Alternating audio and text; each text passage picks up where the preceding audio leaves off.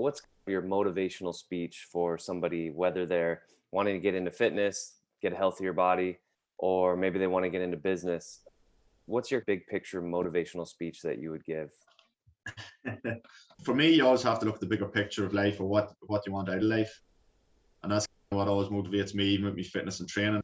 The way with your diet, maybe it's no big deal going over your calories or eating that chocolate bar today. But if you take that philosophy every day, you'll not get anywhere near where you want to be. You know what I mean? So that's why every day you have to get up. You need to check off all your lists, hit your protein, do your training, do all this sort of stuff. And it is maybe, for a lot of people, it's boring and monotonous every day. But for me, it's where do you want to be? Even 12 months time, 5 years time, 10 years time. That's always what kind of focuses me. And even with me fitness and with me business, it's always looking down the road at the bigger picture. Where do you want to go in life? And of course, the trick is you still be present and enjoy the day as well. We have to enjoy life as well along with it. So how can you get that balance? And for me, it's getting me fitness, focusing on my business, and also block off family time and be able to enjoy time with my kids and my wife and that. I don't know how that go down in motivational talk, whatever. There's a lot of YouTube videos and that could get people fired up better. But it definitely is, for me, it's the big picture. It's the Health in the Real World podcast. It's time to start the show with Chris Janke as your host. Here to give you everything that you need when it comes to fitness strategies. We keep it simple and easy. It's your roadmap to get healthy. You don't need equipment and you don't need a gym. Just the right strategies to get you fit and trim. Hello and welcome to Health in the Real World. I'm Chris Janke. I'm joined today by Darragh Holland. Darragh, how you doing today? How's it going, Chris? All good. All good. Thanks for having me on. Absolutely.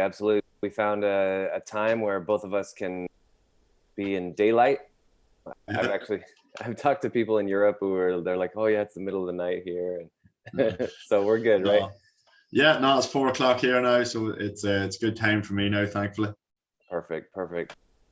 Give everybody a little bit of a background about who you are, what you do in the fitness game. Yeah, when I came out of college many moons ago, around 2008, and I wanted to be a PE teacher, but it wasn't really working out for one reason or another. So I always loved training and coaching people and all that. So I was getting into the fitness and done research, worked in the gym from February 2009 to August 2011. Opened my first gym in September 2011, and since now I have 2 gyms. It's going really well. Was really going great now until COVID hit, and it's been just dipping and diving and getting through it since then, but it's going well, thankfully. And yeah, so we have the 2 gyms, they're going great. Also, one big thing that I used to push my gyms was social media ads and email, and I really enjoy reading and writing. So I got an email then as well, and I always thought I'd love to do this for other businesses. So during COVID and the lockdowns, that was my chance. So I set up a business doing that. So that's a kind of a sideline I have. But the 2 gyms are always my main focus. We focus on like large group training, anything from 5 to 30 people in a group. And then we have small group training. One of my gyms, we managed to be able to expand it. So we've another like a personal training studio. So we do a lot of small group training there, and then we do some one-on-one personal training. So that's kind of what we're all about, and it's going well, thank God. That's awesome. So what do you, when a client first comes into either one of your gyms, what are the first kind of couple things that you do? What do you recommend for people to get started?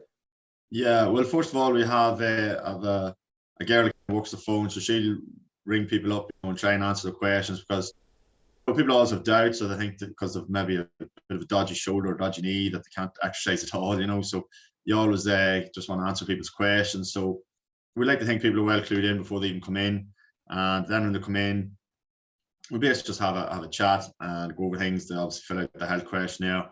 We used to weigh and measure. We got away from that during COVID. We probably could start looking to bring that back, to be honest. But we used to weigh and measure. But we try and get people to take progress pictures.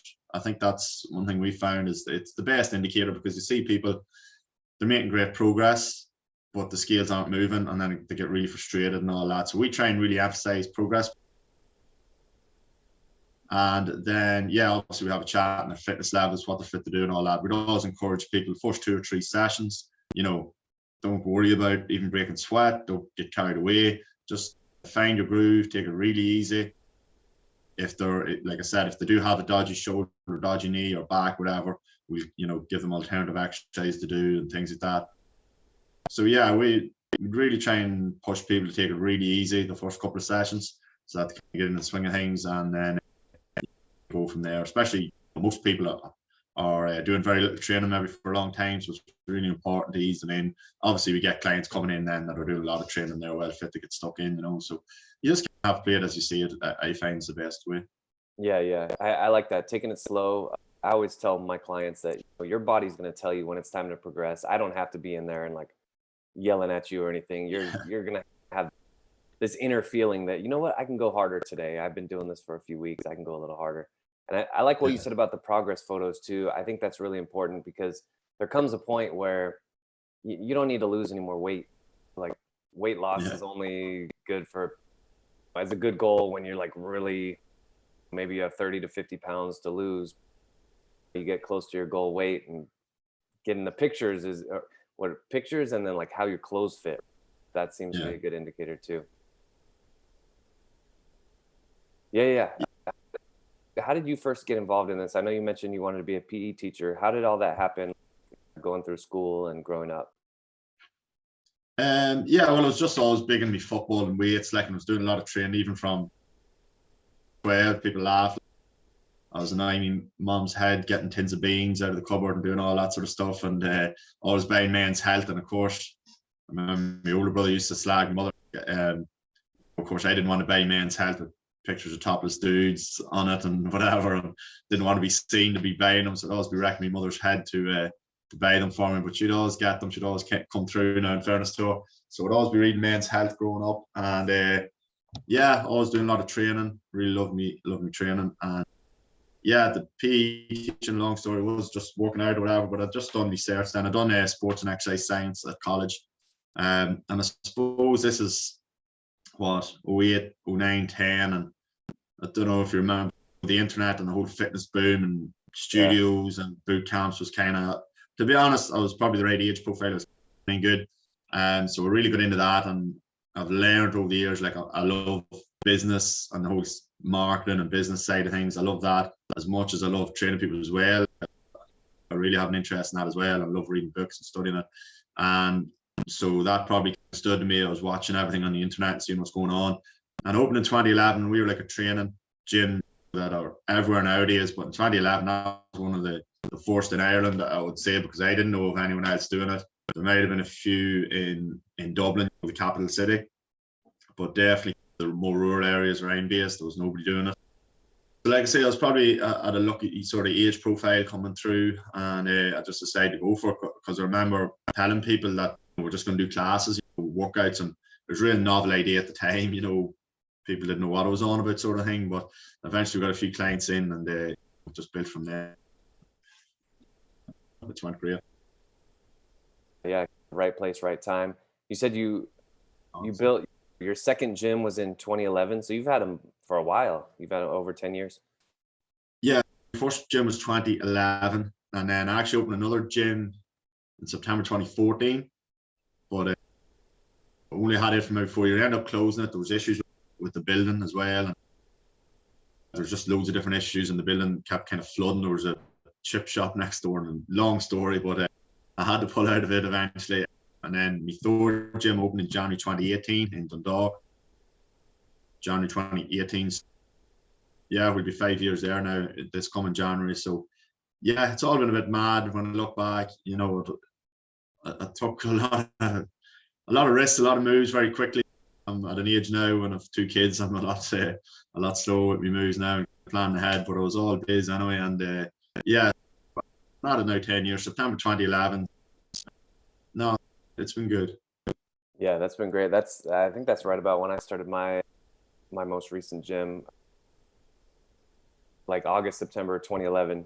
But yeah, you got a good point. I mean, you have 2 kids now, you said, but you took the risks when you were younger, which I think is a good idea. And then, like you said, you and your wife both work it together, or how do you guys do that? Yes, so I met my wife March 2016, and she was obviously big in fitness. She's from basically the other end of the country in one of the bigger cities in Ireland, and she had been bouncing around all the gyms, and she was big into her training and nutrition. She actually worked in the food industry. She has a master's in food microbiology. She obviously has a big interest in food side of things.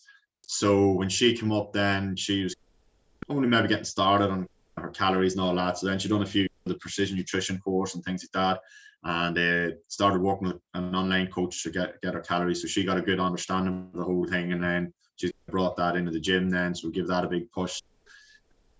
Yeah, and that's the funny thing when you're at a long time, isn't it? You can't forget all the things you've done and tried, or you kind of come up with an idea and then like, oh yeah, I tried that a couple of years ago, and new guys coming through now and they're doing different things, trying to market or do things, and you're like, yeah, I tried, that doesn't really work, so I'm not too worried about that. It's mad kind of things you try over the years. But yeah, so my wife came into the business, so it's the two of us now, so it actually works well. You hear a lot of people, about husband and wife kind of working together and all that, but luckily for us now it works out okay. We don't kill each other too often. If you can make it work, that's awesome. What do you think it is?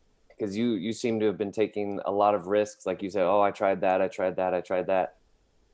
What do you think it is about your personality that allows you to do that you're more of a risk taker, and somebody who maybe isn't a risk taker, but maybe wants to be one? Maybe they have this big idea, but they're scared to do it. What kind of advice would you give to those people?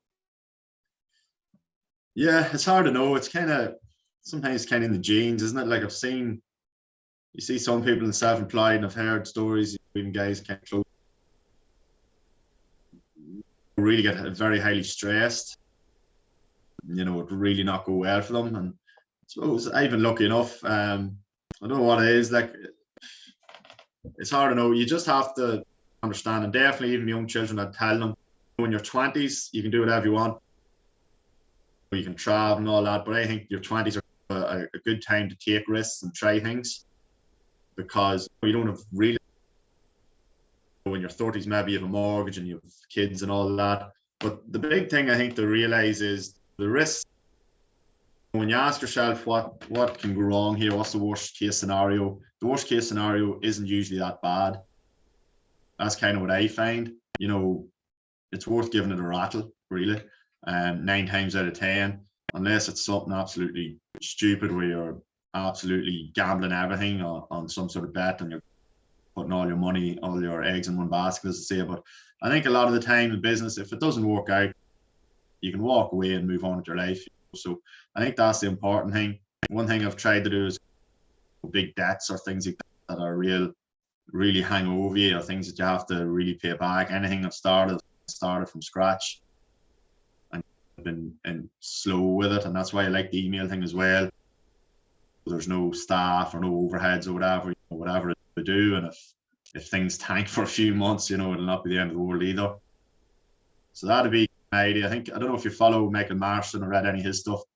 I think he called it a chicken entrepreneur. You can work your 9-to-5 job and build your business up on the side until you're ready to leave. And you can do different things like that. And same with me and the email thing. The 2 gyms would be my focus, and this is a bit of a sideline. And maybe in 5-10 years, maybe it'll become more than that. But I think diving into both feet straight away, taking on big debt, I think that's where you get yourself in trouble. Yeah, agreed 100%. So it seems like you're just kind of clicking along, like you said, the chicken entrepreneur. You got this little side gig where you're helping with the email marketing. What I'm going to go toward the last question. I really like this question. What's your motivational speech for somebody, whether they're wanting to get into fitness, get a healthier body, or maybe they want to get into business? What's your big picture motivational speech that you would give? For me, you always have to look at the bigger picture of life, or what you want out of life. And that's what always motivates me, even with my fitness and training. The way with your diet, maybe it's no big deal going over your calories or eating that chocolate bar today. But if you take that philosophy every day, you'll not get anywhere near where you want to be. You know what I mean? So that's why every day you have to get up. You need to check off all your lists, hit your protein, do your training, do all this sort of stuff. And it is maybe, for a lot of people, it's boring and monotonous every day. But for me, it's where do you want to be? Even 12 months time, 5 years time, 10 years time. That's always what kind of focuses me. And even with me fitness and with me business, it's always looking down the road at the bigger picture. Where do you want to go in life? And of course, the trick is you still be present and enjoy the day as well. We have to enjoy life as well along with it. So how can you get that balance? And for me, it's getting me fitness, focusing on my business, and also block off family time and be able to enjoy time with my kids and my wife and that. I don't know how that'll go down in motivational talk, whatever. There's a lot of YouTube videos and that could get people fired up better. But it definitely is, for me, it's the big picture, and it's just about enjoying the ride, giving it a go, and not getting caught up. And I think we spend way too much time worrying about what other people say or think about us. And even people that mightn't admit it or aren't aware of it, they have the little voices in the back of their head, and they're afraid to really take chances on because, oh, so-and-so will say this, and geez, an ego doing that. Why do we care so much with these people? Like, because at the end of the day, we can nearly count in one hand the people that actually matter in your life, your family, and maybe a couple of close friends. After that, you know, let the chips fall where they may. After that is kind of the way I look at it. Yeah, I suppose that's my kind of answer to that.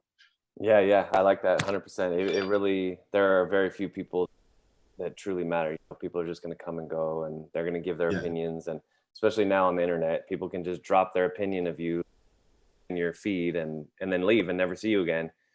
So it really doesn't matter that much.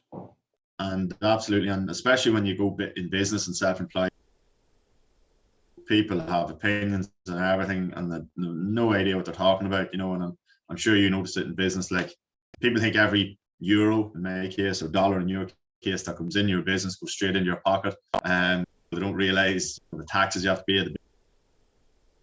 With a gym, it's rent and rates and different things. A lot of bills and staff and all the rest of it. People have no idea, and yet they're very quick to give their opinion. So you just gotta ignore that nonsense and move on. And you need a thick skin in business. Whether you want it or not, you'll get it if you go self-employed. Yeah, 100%. Darragh, how do people get in touch with you? Website, social media? Yeah, just anything Dutchie's Fitness on Instagram, Facebook. If you just Google it, you get a website. It's DUTCHYS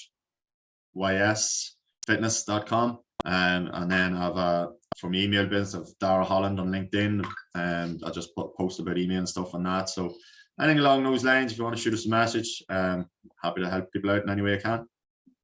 Awesome. Thank you so much. Again, this is Health in the Real World. I'm Chris Janke, joined today with Darragh Holland. Darragh, thank you so much for joining me today. Thanks very much, Chris. Thanks for having me. Thanks for listening to the Health in the Real World show. Make sure to like and subscribe and comment down below. Visit mycorebalance.com to learn more.